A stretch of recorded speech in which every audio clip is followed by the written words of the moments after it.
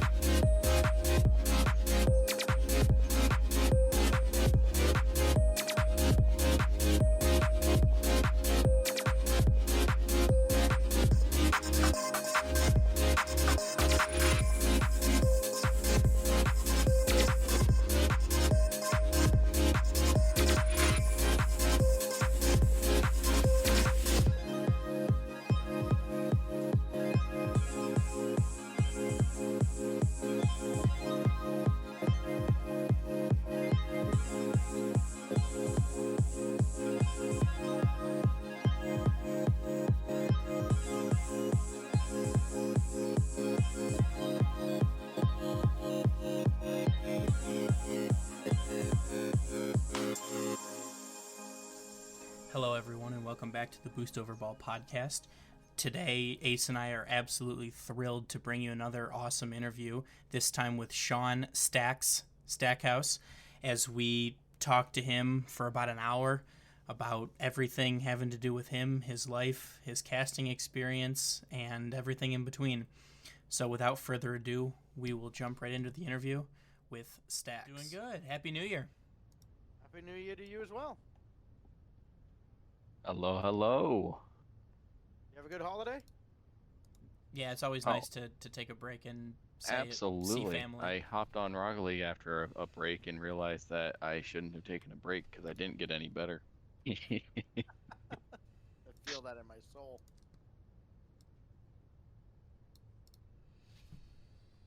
Do you have any do anything fun over the holidays? I beat my parents in Phase 10. That's about the extent of my holidays these days. I lost my parents in Phase 10, so I feel you on that one. Oof. It's a rough one. Should have a parent versus parent tournament at this point. Yeah, right. I don't think my parents would do particularly well. Yeah, well, I'm a realist. that's fair. But thank you again for agreeing to do this. We're so happy and excited to be able to talk to you today. Oh yeah, my pleasure. I always love it when people reach out and are like, "Hey, come on a podcast." Like, people know who I am. Oh, it's amazing. Of course we know who you are. Yeah, I mean, we got to see your work firsthand at Worlds, which was both of our first RLCS event. Oh, nice.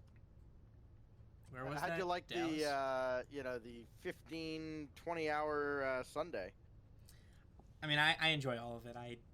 It was a longer day, but I don't mind. I didn't mind it at all. Without having anything to compare it to, because as he said, that was our first experience. I was down for it. I mean, I can stay in an adrenaline fueled screaming state There for we go. 15, 16 hours. There we go. Besides Iron Men here.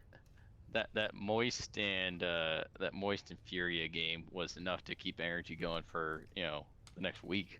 Oh yeah. Well, I mean, we didn't really need any energy for the grand finals, so. No, Yeah, I know, no. right? Those could have just not been played. So unfortunate.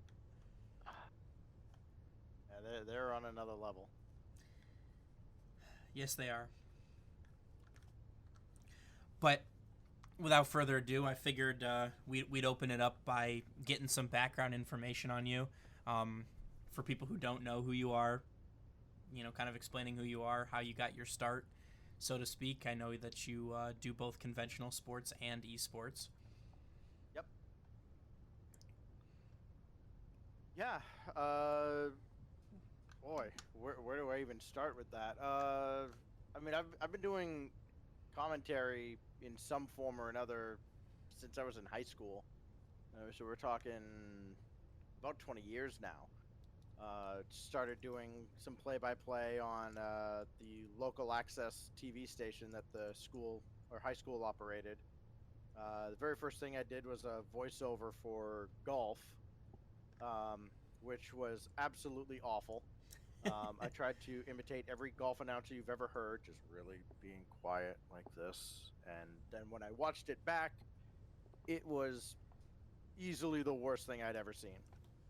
But after that, it literally was only uphill from there. I did a lot of soccer and basketball, some football. I just anything the school competed in, I probably did commentary for it at some point, and I think that kind of helped me through college, having like a wide array of experience.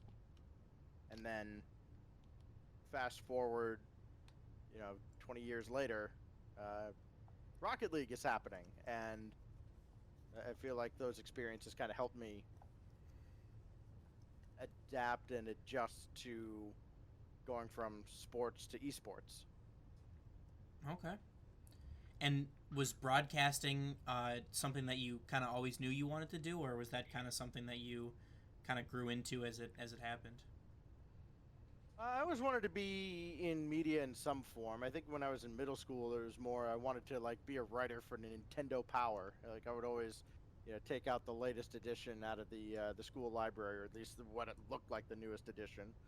And I wanted to maybe do some writing for some gaming magazine somewhere.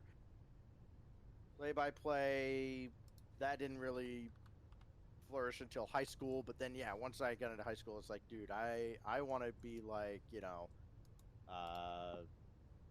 Jay Billis or Dick Vitale, one of these guys, Jim Nance, doing the Final Four, doing the big college basketball game of the week. I want to be on ESPN, and nothing can stop me except my own laziness and unwillingness to actually put a resume tape out after I got out of college. Fair. I mean, I know that it's got to be a competitive field, especially doing like ESPN and things like that. So it's probably quite daunting as you kind of try and get out there as a commentator or analysis. And yeah, I mean the biggest challenge was being willing to leave this little nest here at home, because I had my hands in a lot of different pots. Like I was doing some public address announcing. I was working with the school, with the schools kind of. I was working in the rec department. It's like I can get by on all of this. okay. And if I leave, this might not be available if I need a safety net to fall back into. So I ultimately just stayed home and continued to do the small stuff that I'd been doing because it was safe. Makes sense. So then how did you make the jump from more like of a conventional sports background to esports? First and foremost, I got very lucky. Rocket League came out, and I had played it for, I don't know, a year or so, and I saw the videos on YouTube with Kronovi and Subpar and all those guys, and didn't think a whole lot of the bigger picture until, I don't know, spring, like after the launch of RLCS, and I don't think I watched much of the first season, but more tournaments seemed to pop up, and more broadcasts seemed to pop up, and so middle of the day I'm watching a European tournament in the afternoon, a North American tournament in the evening, and I'm just thinking, this might be something I can do. Worst thing that happens is I fail horribly. So, I recorded like some voiceovers of the VODs. I did a bots match that I think I still have somewhere hiding on YouTube. I don't even know if it's public or not. And just sent that around to a few of the people running these tournament orgs, and I got picked up by Mocket. The owner there liked what I submitted and immediately started working with Azale, and I mean, I think the two of us absolutely killed it, and for several months it was just, I'm the guy with Azale every week, and that was like kind of the top spot with them. Yeah, I remember hearing some of those broadcasts. I similarly got in pretty early. I didn't watch as religiously as I do now, but I remember some of those Mocket broadcasts, and it always seemed, I don't know if unattainable is the right word, but it always seemed so like it'd be a cool job to be able to kind of mix, the conventional sports, analysis and commentary with esports. Yeah. And for as bad a reputation as Mocket had, and it certainly earned it, outside of one little meeting where Marshall kind of said the wrong thing, they didn't treat me badly at all. I don't think they treated many of the people that they were paying badly. It's just they treated the community badly, and that's why a lot of us wanted out, and we formed Nexus Gaming, and then everything really snowballed from there. Like, that was when we kind of got out of that shadow, and it's like, oh, we can be part of this community now, and that's when all the stuff with Rocket League Central happened, and Gfinity, and all this, and I got to feel like a, quote, real Rocket League commentator. Yeah, that makes sense. And then kind of focusing in a little bit more on Rocket League, I know that you play some. What rank are you? On a good day, I'm low champ. I think right now my rank is like stuck in diamond something because I don't play nearly as much as I used to. I think the hard reset way back when they went free to play, which feels like forever ago, just absolutely killed me. Yeah, I'd gotten to within 5 points of the old GC, and then I ran into like Texas A&M players, and I'm like, oh, well, this sucks. And then I ran into them again. This sucks even more.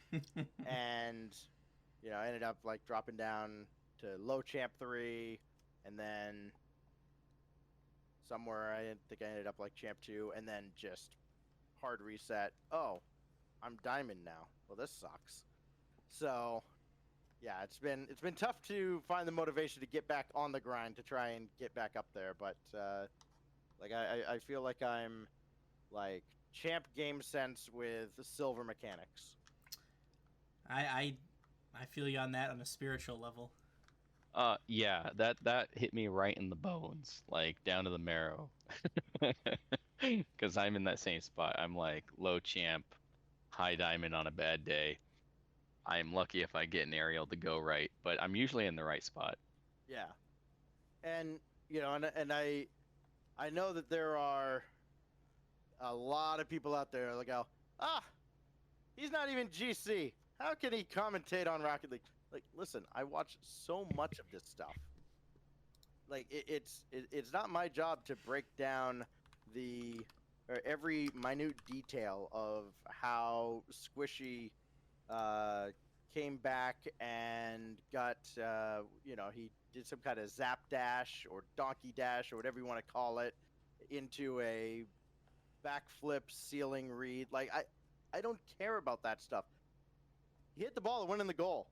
It's 1-0. Here's what this means. That's what Daz's job is. He can break down all the other stuff. Yeah, that's a good point. I don't think people kind of realize that you don't necessarily have to be a mechanical expert to do it. I mean, there's certainly they have broadcasters on ESPN that aren't experts in basketball or football or what have you. They just they're there to provide context and generally entertain people. Yeah, I'm very lucky that we have a great team of casters that will have those discussions with us. I'll listen to Johnny all day talk about play styles and what works and why this guy is a good fit on X roster, and like we all feed off of that. Everybody kind of helps each other out with, um, the I guess the finer details, and I don't know that that necessarily exists in a lot of other fields, because I think a lot of those can tend to be a little more cutthroat competitive and have a lot less teamwork involved. Yeah, I could see that. And then similarly on the Rocket League thing, and seemingly underqualified. I am a collegiate Rocket League coach for a smaller school in Michigan, and I know that you also coach. I believe it's MCI. It's Yep. a boarding school. Yeah, it's like semi-private. Like we take all the local district kids in like any public school would, and then we have dorms for private school for boarding students. Okay, and you coach their Rocket League team. Yeah, I kind of run the whole esports program there, which for a while was just Rocket League, and then we kind of had a wave of kids come in that are like, "Hey, Splatoon and Smash, we can play those, right?" Yeah, sure. Yeah, I know that they're video games. That's a good starting point. Yeah. And actually, we just won the Smash Ultimate State Championship this past month. So, Oh, congratulations. yeah, thank you. We got two super stud freshmen that are just carrying us, which Love I'm that. fine with this. Yeah, And it's Oh, high that's school, fantastic. so they're not going anywhere. So you got them for more. You got them for 3 more Hopefully. years. yeah, hopefully. Yeah. So you also mentioned, did I hear Splatoon? You heard Splatoon, yes. There's a competitive esport for Splatoon. There is. Oh Uh, my, I have yeah, to watch boy, have I gotten a lot of mileage out of the Splatoon meta subreddit. Just trying to give these guys any advice I can. One of the coaches in the Play VS Discord told me, look, if you really want to find kids that might be into Splatoon, just find an Apex player. I'm like, why? Well, he'll just make a good gunner for you. I'm like, okay. And there's this one kid that like has kind of been in and out of esports over the past year and a half, and I know he's big into shooters. And I asked him like, "Hey, do you play Apex?" He's like, yeah. Well, great. I don't have an Apex team or anything, but Splatoon. And he stepped in, great leadership role, like kind of picked it up very quickly. And I mean, we're a playoff team out of, I think we made, I think we were 47th out of 200 some odd teams. I mean, anytime we faced the top 25 to 50, we got our butts handed to us, but we made it. So I was pretty proud of the guys. That's awesome. Have you found that rewarding? Has it been kind of challenging in its own ways? Yeah, it's great watching the kids take on new challenges too. I mean, we've got one kid that, I mean, he will just play everything. We got a couple of them, but there's one that's kind of been there since day one, and it was just like, oh, you need a Splatoon player? Sure, I'll hop in. You need a Smash player? Yeah, I'll fill in. He's primarily a Rocket League guy, but he will jump in wherever he's needed and take on a lot of new challenges. A lot of these guys having the improvement in every title that we've competed in, for that kid in particular, and for a lot of the other guys, has been awesome. That's great to hear. I mean, I can echo you in a similar way that it's fun to watch them grow as individuals and as humans, in addition to being able to play a game that they're passionate about, competitively. Yeah, and we're getting kids that have never done anything interscholastically at all, which is even better, because like we're giving them something to do. And I mean, we had one kid, there's a senior last year. We probably could have won the Smash championship in the previous spring as well, It's just we ran up against the state champs in the what ultimately became the state champs in the quarterfinals, and my senior didn't get to go because he was the third player, and with the format, if we lose the first two, then we're toast. So the kid struggled with a lot of games, but picked up Smash really well. Never dropped a match in the third spot in that anchor spot for us, and I just couldn't get to him. And I was like, ah. And I had to sit in the level next studio in Columbus, I think it was, watching that. I couldn't actually be there in the room with him, so that was a little extra painful. Yeah. But I'm glad you seem to enjoy it. I'm glad that you guys are performing well, and it's certainly, I assume it's got to keep you pretty busy as well. Oh God, yes, yeah. Just Monday through Thursday, just right out straight. It's crazy. Fair. But kind of transitioning over into Rocket League, you've kind of been fortunate enough to wear a few different hats for them. You hosted the World Championships. You've been a commentator and doing analysis. Is there kind of a role that you like doing the most, or are they just kind of good but different in their own ways? I've come around to really enjoy the semi-stage hosting stuff that I've been doing. I toyed around with it for a while, thinking, maybe I want to, go full bore and kind of be like, almost like Golden Boy, where, it's just, I'm out there, I'm on the stage, not necessarily doing commentary as much, but I do still love the casting. So it's tough to give that up. But, that rush of having, like in Rotterdam, just standing there in the walkway, and the fans literally all around you. It's this rush of adrenaline that I sorely miss every time I get back home. Yeah, I mean, it's certainly I can imagine being an immensely different atmosphere, being in the center of everything by the players versus being up at the booth. Yeah, and when you're in that position too, like, you do see how much this means to them. Like, we're very close to them backstage. I mean, we can kind of hear some of what's going on. We can sometimes see what's going on. You know, they're under a lot of pressure, and they handle it far better than I think anybody realizes, and probably far better than anybody that age should.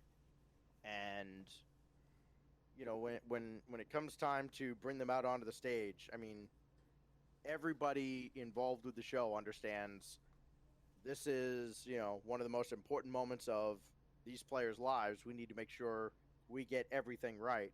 And so I'm just hoping every time we just do right by them, because they're the real stars of the show.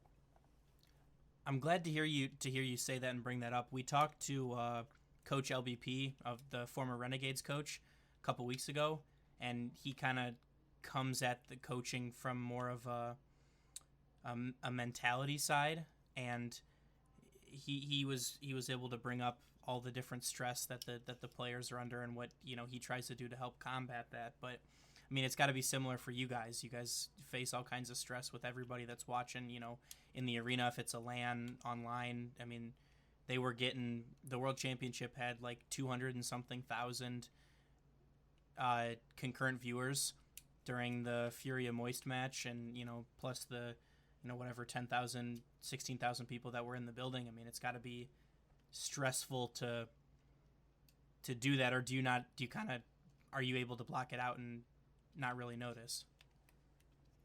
I feel like I'm able to block it out for the most part. I mean, you kind of have to be aware of it, because you use the crowd to some extent when you do a cast like that. But I've been in arenas before Rocket League was a thing in my life, where we've had 3,000 to 5,000 people, and I think that's kind of helped steel myself a little bit for this kind of experience, and it, well, I don't think it adds extra pressure necessarily. There is kind of that thought in the back of your head, like, well, we are going out to the live audience as well. So if we screw up, first of all, they're gonna know, and then the viewers at home are gonna know, and then it's just gonna get memed on forever. So no pressure, just don't suck. Just don't suck. Yeah, that's my whole Rocket League career. That's advice a bunch of us, like broadcasters and announcers up here in Maine, give each other all the time. We just go, oh, big game, don't suck. Man, that's kind of like, is that the broadcaster version of like break a leg? I guess. Just Pretty much. awesome. So then this gives me a bit of a question then. Do you ever get, like, I don't know, most people like look at public speaking as like this terrible terrifying thing, right? Did you struggle with that at the beginning of your career? Is it something you trained out of yourself, or were you just always comfortable talking in front of massive amounts of crowds? Yeah, all the time. I suck at it. I really do. It's like here's the thing. A lot of the time I'm off camera, and thank God for that, because I mean, they give us these cue cards that we can hold, and I can kind of cheat off of them. But no, every time I go out there, I mean, I'm more nervous doing those intro bits than I am doing the casting, because casting is just, okay, you know, I've done this a bunch, I got it, you know, I know how to cast a game of Rocket League. But those, you know, the team intros, or you know, the throws into the game where this is Rocket League and all that. Getting the timing down just fills me with so much anxiety. That's probably the worst part of it. It's like it's a hard timer that I kind of have to hit, and that's not something that I necessarily got out of public speaking when I was in college. I took one class and it was okay, but we were never under the time constraint pressure of like, all right, yeah, you've got to give this speech and it's got to be 90 seconds. Like, okay, none of that. So, you know, it's been a learning experience since really since the LA major. Actually, LA wasn't really. It was London was when we really started having to worry about timing, and there's always been a great staff behind the scenes, making sure I know how much time I have, making sure everything else runs as smoothly as possible. And at each venue, we have like a different stage manager that, you know, will like give me hand signals and tell me if I need to speed up or slow down. And it's like, oh, this is a godsend. Yeah, because I was just thinking about this.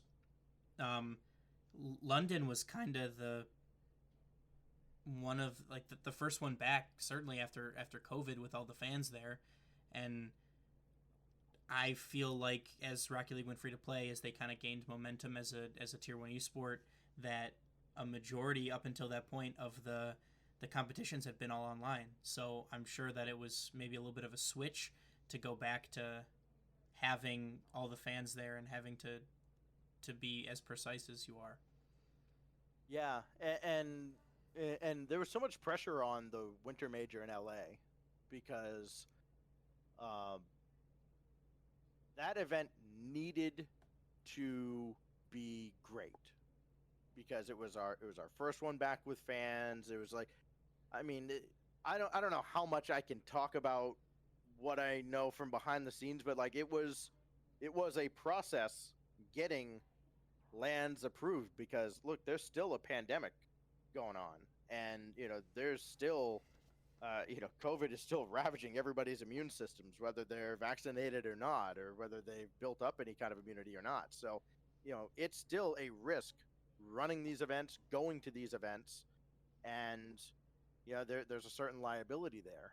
And LA was kind of the I guess Sweden was kind of the test run, and then LA was like, all right, let's take the training wheels off. Let's bring the fans in, and first touch being outside. I mean, it had the college game day vibes.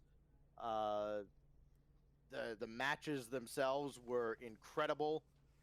We had that great moment with Queso and SSG, and that image of the crowd just going nuts, and myself, Daz, and Turtle there with them behind us. It was just, I mean, that event probably could not have gone any better for what it was and what it needed to be. And then, yeah, London running it back at the Copper Box was, I think, exactly what everybody wanted. Oh, for sure. I definitely I think that LA was, I don't want to say a turning point, but like really I feel like the esport gained just so much more momentum after being allowed to be back. Like the crowd was awesome, the broadcast was fantastic, the matches were much better than we could have ever hoped for, and I think that London kind of continued on that, being back at the Copper Box, like you said. So, and then culminating in the World Championships, I think that was the biggest one that they've had, and I certainly thoroughly enjoyed my time. The matches were great up until the very end. The broadcast team, the venue, everything was great. So I'm very excited to see. I was excited to see Rotterdam do so well. I'm excited to see what San Diego can do.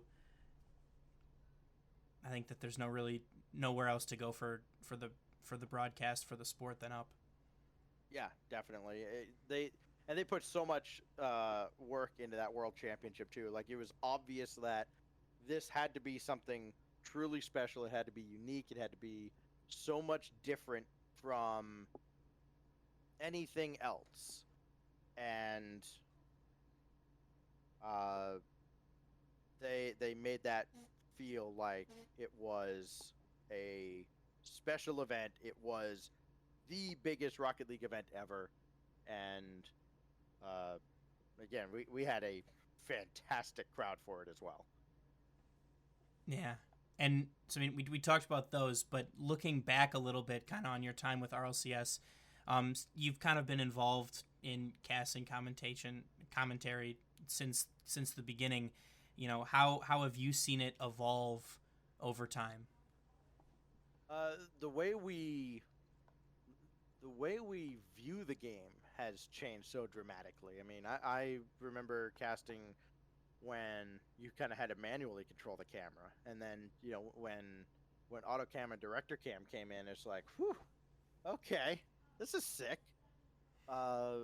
When I started in the Rival series, the rotation we had was basically there was only one person who was ever like truly off. You had the host, you had your two commentators, and then one of the two that wasn't on camera was doing the observing. And if you ever want to figure out which matches I observed, just look for the worst ones. Then we kind of started getting dedicated observers, started really focusing on the observer features, and then after that it was like, okay, what do we do now? Like, how do we take this to the next level? That's where someone like Crasher comes in with all the wizardry that he does, putting on a show. And same with Ben, BNTSW, and Gummer as well. I mean, we've got so many awesome observers. If I listed them all, you'd run out of time. And then after we figured out how to present the game from a visual perspective, I think there was a point where we were really heavy on stats, and we still kind of are, but now we're trying to look at advanced stats now and try to identify, how much boost is too much boost. Does this person go for boost too much? Do they not go enough? Why are they always on 0? Why are they always on 100? Why is this person always back? Where are they in relation to the ball? And it's that kind of nerdy advanced stat stuff that just makes me all excited, because I'm a baseball guy. As much as the analytics have kind of ruined the traditional sense of baseball, where nobody will ever complete another complete game, perfect game, no hitter ever, because we're all worried about pitch counts and exit velocity and everything else. Um, the fact that we are smarter than we have ever been when it comes to those sports, and now with Rocket League, is a lot to be excited about from my perspective, anyways. Yeah, I mean, it's equally as exciting as a player, as a coach, and I'm sure for, the like RLCS players as well, that it's the advanced stats for Rocket League are so easy to get for everybody, right? It's like you upload your replays to ball chasing, and ball chasing gives you all that information, your positioning, your boost usage, your stolen pads, and all that stuff. So it's exciting that you can kind of use the similar statistics that they use in RLCS to improve your game, to learn more about your play style. Exactly, and they're more reliable than the normal stats, right? I mean, sometimes you don't necessarily know what a shot is or what a save is or why somebody got an assist when they clearly didn't deserve one. But, when I can go to like the semifinals of Rotterdam, I can look at Gen G phase and, I can just see, all right, this team got a little more boost than the other, and I know that that's how many boost pads they picked up. That doesn't get missed in the calculations, and being able to look at that and try to identify exactly why a result went one way over the other, and look at those little details. That's where I'm going to have my fun. Yeah, no, I get you. And for me personally, I like to use with my players, because a lot of them are very focused on score, right? Like not necessarily the score of the game, but like individual player score. Yep. But it's like the example that I always go to is like Rizzo. Back when Rizzo was playing with G2, he wasn't putting up like, he wasn't getting MVPs. He wasn't putting up like 500-600 points. He was, but he was getting those midfield clears, the midfield challenges, the infield passes that led to the goals, kind of like that hockey secondary assist. But I'm like, there's so many things that don't end up on the like Rocket League score sheet, so to speak, like the scoreboard, but like you can influence a game in way more ways than they show. Yeah, and I think Rizzo is kind of a perfect example. I think he was like, this is going to sound really bad, but he was the best worst player in the league. Like, he was very clearly number 3 behind JNAPS in Chicago, but he would have made any other roster better. It was just, I always liked that, he kept going for as long as he did, because there were always a lot of people that, for just whatever reason, they could not wait to get rid of him. G2 fans, they couldn't wait to get rid of Dries. They were kind of waiting for Rizzo to go away, and they pick up Squishy or Garrett or somebody else, and it's like, appreciate what you've got, and eventually came around, they got Atomic, but just appreciate what you got, because Rizzo would have made any other team better, and he had quite the nice little career for himself. He certainly did. I think he really unlocked that roster too, allowing Chicago and JNAPS to kind of do the things that they have become known for. So, Definitely. So, we've been talking about like how it's changed from the beginning to now, and I mean, it appears that to me, from my perspective, it just seems like the pro RLCS Rocket League is only growing at this point. When you first started, did you imagine that you would be standing somewhere like Rotterdam or at where the heck were we, Dallas. Kyle? Dallas. Thank you. That's how my brain doesn't work. So yes, did you imagine that you would be standing in front of that many people, staying on a stage as well built as these are, and just like the amount, the scale that this pro scene has come into? It was certainly a hope that, it was like, hey, if we're going to have, these big events and world championships, they're going to go to a lot of cool places. I'd love to be a part of it.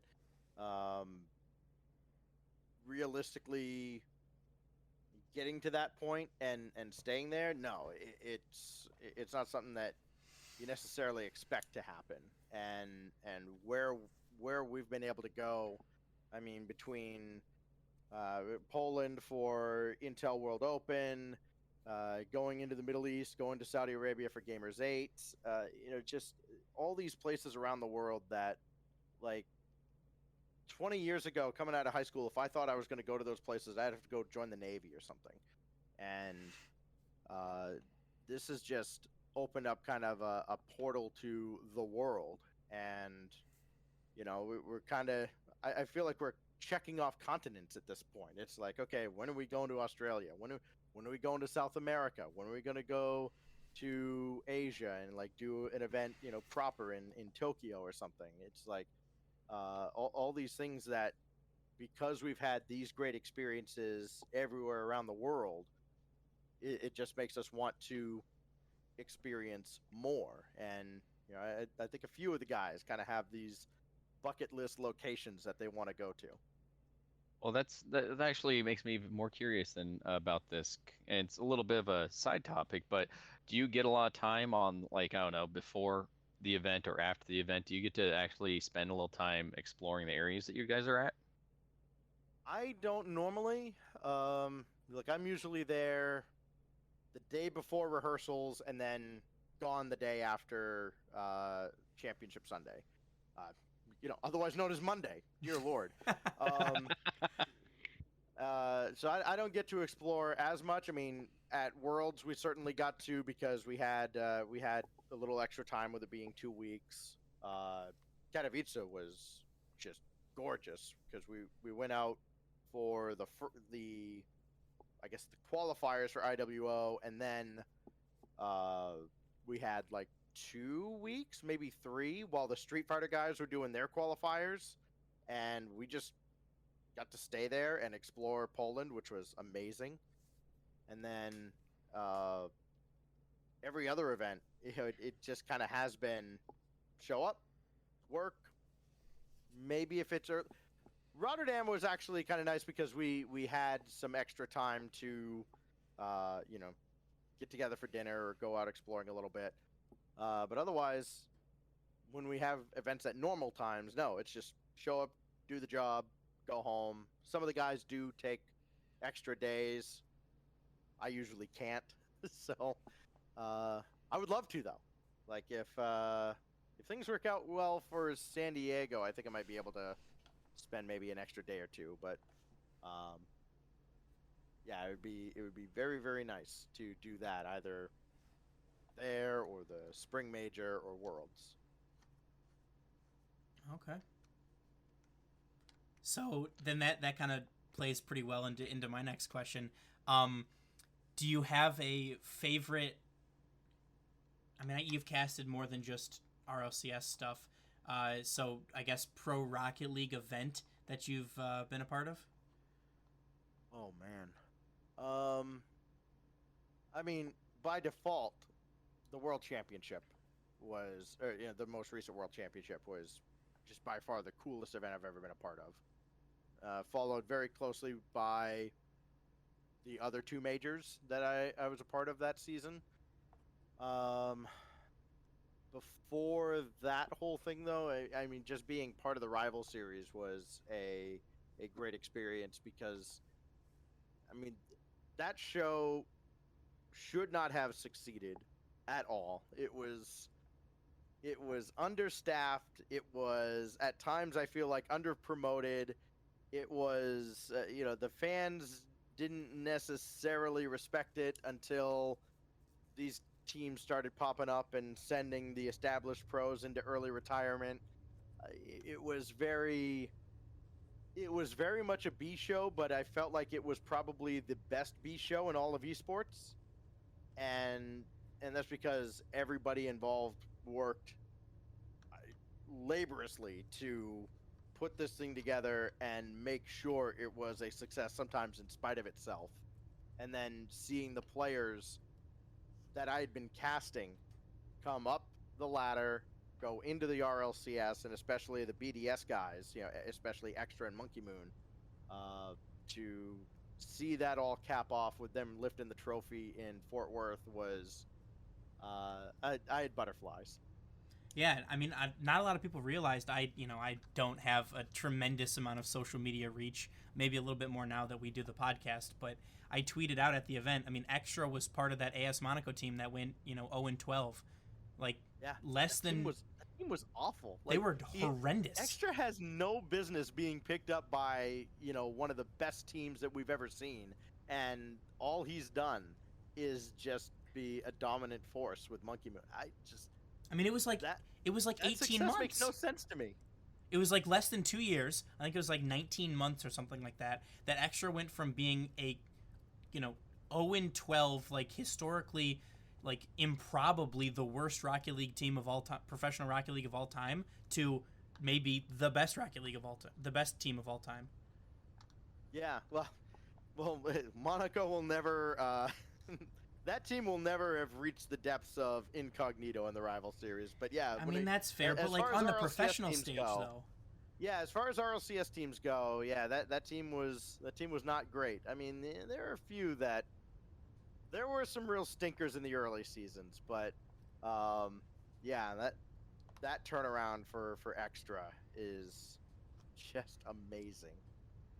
Yeah, but I mean, we've seen a couple of those, like the Peeps coming up from rival series, Yep. the rise of Reddles, Yep. to SSG. I still think that was maybe a mistake to drop him, but I don't know about the dynamics and all that stuff. But I enjoyed watching Splice coming up. Karma, Jay Wismont. I've been fortunate enough that he goes to a college that plays against plays against the school that I coach, so I get to have seen him up close and personal, and it's cool to be able to watch, having seen some of the people that came through the rival series find success. Yeah, and to see him still competing at a very high level is awesome. I like you. I loved that Splice team, and I was very sad when they went up and came right back down, and then came oh so close time and time again to getting back into the big show, and just I mean unfortunately they found ways. They made failure an art form, unfortunately, and I just felt so bad for Karma because I know she took it really hard every time they got so close and didn't get back up into the RLCS. Yeah, and I still think that Splice team had one of the coolest decals in the game. Oh yeah, I still rock it every now and then. Yeah. I mean that it was what Karma, Nose Dude, and Jay Wismont. That was a. Yep. I enjoyed that team. I enjoyed watching you on the rival series broadcast when I got to see it. I almost liked watching the rival series a little bit more. Just I felt like everything was a lot more competitive. Yeah, it was. For me, anyways, it was fresh. It was not watching the same. What I felt like a handful of washed-up players competing with the real big boys in the RLCS. That got stale for me after a while, and so seeing these new faces in the rival series and some of the old faces as well still hanging on and trying to show that they still got it. Metzanoris comes to mind. Oh yeah. With his resurgence. I mean, first of all, the fact that he ever got dropped from that complexity team was just baffling. But all he's done throughout his career is just continue to grind, continue to compete, and he's been a credit to the sport. And seeing those guys come back up through the rival series and the way they've competed in a format that, like, when I look back at it now, I realize it was objectively awful. I mean, it was torturous for some of these players that, you've got to be the absolute best or you don't go up. You've got this very small window that, your career is either going to take off or you're going to be spinning your wheels in the mud. And now with the open format, it's look, if you can play, then by God, you can play. Yeah, for sure. But like, transitioning a little bit there, do you have a either favorite or most memorable desk or LAN moment that you've been a part of or had? Oh, LAN moment. Probably doing the Friday night duels at Worlds was like that whole process, like not just the bit on the stage, but everything leading up to that. Where Ian comes in and goes, "Hey Stax, like, can you do a voiceover for this trailer?" Like, yes. I thought you'd never ask. and and then seeing that all put together, and then you know being trusted to just kind of go off the cuff a little bit, and give these kind of outlandish intros to the players, uh, and then seeing it play out. I mean, sure, it was one-sided in the end, but uh, the matches were highly entertaining for me. I think the people that stayed that night got treated to a real cool show. That's, I think, between that and season 6 Worlds opening the show with Subi are going to be forever my 2 favorite LAN moments. Okay. I mean, that makes sense. I can't imagine being able to do that. It must have been a surreal experience. Yeah, and especially with Subi at season 6 is like we hit it off in the rival series, and I was really worried because when the rival series started, like Nexus and PRL were 2 very different entities, and they butted heads every now and then. Scheist and Carey had their disagreements every now and then, and that kind of trickled down to us minions in the orgs. And so, I see the rotation for like my first show, and I can't remember. I think I might have been with Unthink at one point, and then with Subi. Subi is by far the nicest guy I've ever worked with in any environment. He is funny, he's kind, he's awesome. Like, it just immediately became my best friend. And then eventually getting called in to fill in for the season 6 World Championship, getting to work with him, and knowing how much that meant to him, it was just all sorts of awesome. Oh, I bet. And I guess kind of piggybacking off of that, I know after the World Championships, Jorby tweeted about it quite a lot, about the kind of the imposter syndrome, that he has maybe the most iconic quip about, this is Rocket League. It's a quick chat in the game. Do you share any of that sentiment, being, one of the, in my opinion, and I'm sure in a lot of people's opinions, one of the premier voices on, RLCS? You hosted the World Championships. You have a very distinctive and voice, and being a part of it, has it kind of gotten to you like that? I mean, yeah, I do have moments where I look back and just wonder, yeah, how am I the guy that ended up here? But I joke with Shogun all the time because I know he cringes when I do the "This is Rocket League" thing, because he's like, yeah, well, mate, that's 2 people now that have made a career off of that line. And I'm like, yeah, it is. And I remember immediately after season 5, like I don't know if he had tweeted about it or said it somewhere. He's like, I hate that line. I hate that I'm known for that. And I'm just, so when LA came around, and it's like, well, how do I welcome the fans back? Well, obviously, this is Rocket League. It's a perfect tagline for the sport. And now I try to get a cringe out of Shogi every time, and it usually works. And half the time, it's him casting when I throw it to them, so even better. That's awesome. But as for feeling that imposter syndrome, and yeah, there's a little bit of that. I think it's impossible to avoid. But at the end of the day, it's like all of us worked incredibly hard to get where we're at, and nobody, at least speaking for myself anyways, nobody's going to take that away from us. And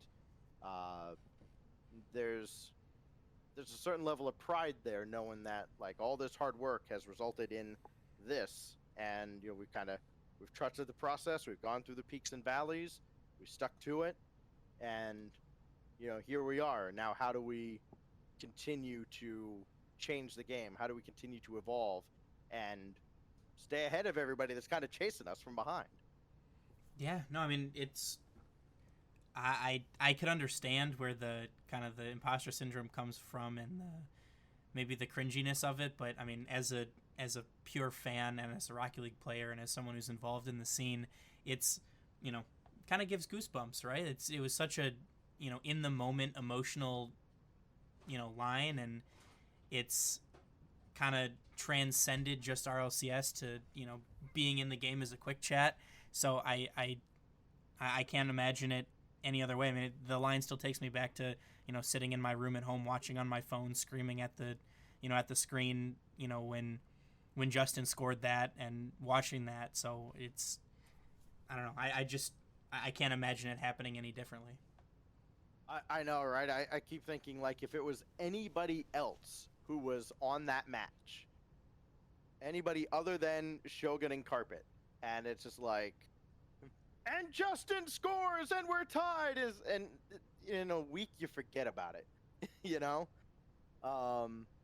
I mean, I guess you don't forget about it, but you don't think about the call. You just think about the moment, and where Shogun just came up with like this perfect, as you said, off the cuff, emotional response.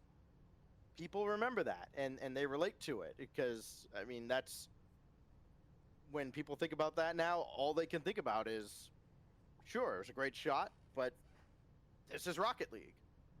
Yeah, I mean, I kind of equate it to, I mean, it's kind of a turning point in terms of like branding and stuff, right? So like you think about some of the great calls, like there's been a lot from in Formula One. There's been the do you believe in miracles from the the U.S. versus the Soviets in the Olympics. There's all kinds of legendary kind of like pinnacle moments in the commentary for the sport, and I can't imagine that not being at least on the Mount Rushmore for Rocket League commentary. Yeah, and the best calls, when they're rehearsed, and when they're not. And the best ones are the ones that aren't rehearsed. I mean, I'm sure we all spend a little bit of time thinking, what are we going to say in this moment, in this moment, in this moment? But, like, really, the best ones are, I don't know what to say, brain, just vomit something out. And, and that's what gets remembered and kind of memorialized for time eternal. Yeah, I couldn't have said it any better myself. But I have one more question for you. Okay. But before that, I would just again like to say thank you so much for taking the time to come and talk to us, for answering all of our questions, and I've thoroughly enjoyed myself. Oh, hey, my pleasure. I love the kind of the abundance of podcasting content that's been generated over the past year and a half. And anytime I get to be a part of this stuff, it's a treat for me. Yeah, and I mean, for Ace and I, our ongoing joke on the show is, we're doing this for VIP passes at the World Championships. There you go. Because we've thoroughly enjoyed being able to talk to Coach LPP. I can't tell you how much I screamed when you DM'd me back on Twitter. Just being able to kind of talk to some of the people that I've look up to and idolized through my time in the scene is fantastic. Yeah, hey, like I said, my pleasure. And when it comes to those VIP passes, the worst thing they can do is say no. Exactly. There's no reason. You lose nothing by asking. Yeah. But with that, I will leave you with our last question. When is it a good idea to go for boost over ball? Ooh, when is it a good idea to go for boost over ball? 100% of the time. Yes. Always, every second of every game, ball's going in your net, don't worry about it. Go get the boost and make sure you've got the full 100 to celebrate with the other team. Exactly. Couldn't have said it any better myself. That's why they do it on kickoffs all the time. Exactly. But thank you again so much for taking the time. That's a stupendous answer. It's worked all right for me in my career. I am a champion, and that's all that matters. Yeah. I don't need to be a grand champion. I'm a champion. Hey, still better. Still top 3%. Yes, sir. Gladly. But thank you again. I hope you enjoy the rest of your week, and I look forward to hearing you back on the broadcast once RLCS resumes after this transfer window. Hey, thanks for having me on, guys. No problem. We'll catch you later. Adios. Thank you guys again for tuning in to this interview with Stax. From us here at the Boost Over Ball podcast, we'd like to wish everyone a happy holidays. Hopefully everything went well for you guys, and an even happier new year. We can't thank you all enough for listening and for interacting on Twitter for those of you that did. But if you don't, please give us a follow over on Twitter. The link will be in the episode description. Continue to listen to the podcast, rate 5 stars wherever you get your podcasts, Apple Podcasts, Google Podcasts, and Spotify. Thank you guys all again, and as always, remember to choose Boost over Ball.